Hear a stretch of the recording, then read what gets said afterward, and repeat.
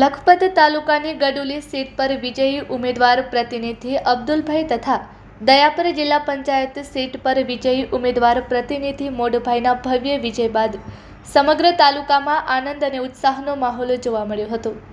આ પ્રસંગે આયોજિત આભાર વિધિ કાર્યક્રમમાં મોટી સંખ્યામાં તાલુકાવાસીઓ, કાર્યકરો અને આગેવાનો ઉપસ્થિત રહ્યા હતા।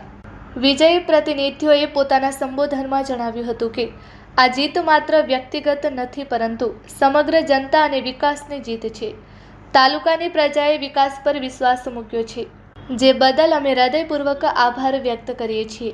તેમણે આગળ જણાવ્યું કે તાલુકાના માર્ગો, મકાન, પીવાનું પાણી, આરોગ્ય, શિક્ષણ અને રોજગાર જેવા મુખ્ય ક્ષેત્રોમાં ઝડપી અને સર્વાંગી વિકાસ માટે સતત પ્રયત્નો કરવામાં આવશે।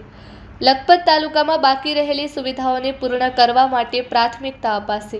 આ અવસરે વડાપ્રધાન નરેન્દ્ર મોદી, મુખ્યમંત્રી શ્રી ભૂપેન્દ્ર પટેલ, સાંસદ વિનોદ ચાવડા, અબડાસા વિસ્તારના ધારાસભ્ય PM જાડેજા, જિલ્લા પંચાયત અધ્યક્ષ દેવજીભાઈ વરચંડ તેમજ તાલુકા ભાજપ સંગઠન અને સમગ્ર જનતા જરનાદનનો આભાર વ્યક્ત કરવામાં આવ્યો હતો। કાર્યક્રમ દરમિયાન ભારતીય જનતા પાર્ટી વિકાસની જીતના ગુંજતા નારા સાથે કાર્યકરોમાં વિશેષ ઉત્સાહ જોવા મળ્યો હતો। સમગ્ર વિસ્તારમાં પ્રજા ખુશી વ્યક્ત કરી રહી છે અને આવનારા સમયમાં વધુ વિકાસ કાર્યોની અપેક્ષા રાખી રહી છે। અંતમાં વિજય પ્રતિનિધિઓએ વિશ્વાસ વ્યક્ત કર્યો કે અમે દરેક તાલુકાવાસીના નાના મોટા પ્રશ્નો માટે સદાય તત્પર રહીશું અને વિકાસના માર્ગે તાલુકાને આગળ વધારવા માટે પ્રતિબદ્ધ છીએ।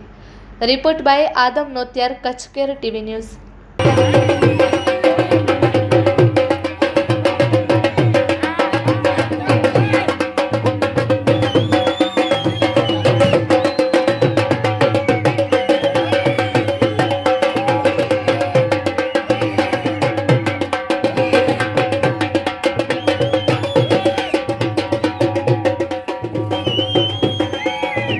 મારું નામ ઈસા કુંભાર, પૂર્વ પ્રમુખ લખપત તાલુકા આમ આદમી પાર્ટી।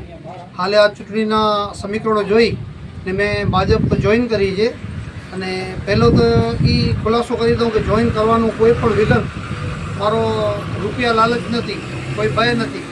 આમ આદમી પાર્ટીમાં કોઈ પણ સુનાવણી કે કાર્યકર્તાનું કોઈ વેલ્યુ કે કોઈ જવાબદારી લેવાનો નહોતો, એટલા માટે અમે બીજેપીમાં સત્તા પક્ષને સામે આવીને અમને પોતાની જે પણ મત શક્તિ હતી તે દેવડાવી અને કોઈ પણ પ્રજાના કામ માટે આપણે સત્તાને કહી શકીએ એટલે આપણે જોઈન કર્યા છીએ। બીજા નંબરમાં એ કે આપણે ગડુલી વિરાણી સીટમાંથી જે અબ્દુલ્લાભાઈ હાજી અલાવરે જીતી બહુમતી સાથે આવ્યા છે, 230-32 વોટે જીતી આવ્યા છે, એને જે લોકોએ પણ મત દઈ અને વિજય બનાવ્યો છે એ લોકોનો આભાર। જે હાર્યા છે એને પણ કહીશ કે તમે તમારી ક્ષમતા, તમારી રીતે ધીરજ અને થોડી સભ્યતા સાથે રહી અને પ્રજાના જે પણ કામ હોય, જે સત્તા પક્ષમાં જીતી આવેલા છે તેના કારણે લઈ આવજો। અમારી જવાબદારી છે, અમે ભાઈ કનેથી તમને કામ લેવડાવી દેશું, કરાવી દેશું।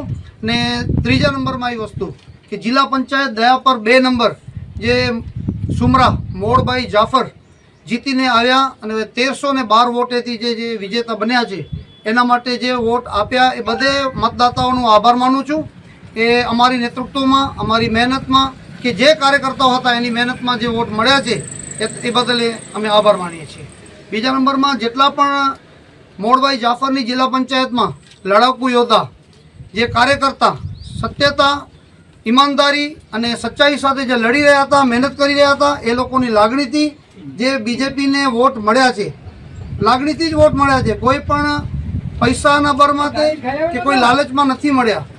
પૈસા જે વાપર્યા હશે એ લોકોને ખબર હશે કોણે કેટલા વાપર્યા છે, એ લોકો પોતે એના નવડા મલાવશે। અમે કેટલા પૈસા વાપર્યા અને કેટલા નથી વાપર્યા અમારો માલિક અમને જુએ છે।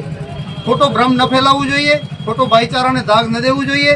એટલે અમે સત્યતા સાથે પબ્લિકના પ્રશ્નો સાંભળવા માટે લોકોના વચમાં ગયા હતા, લોકોની વાતના સાંભળી હતી અને એના માટે અમે આશ્વાસન આપી અને જે લોકોએ અમને વોટ આપ્યા છે એ બધે લોકોના અમે આભાર માન્યા।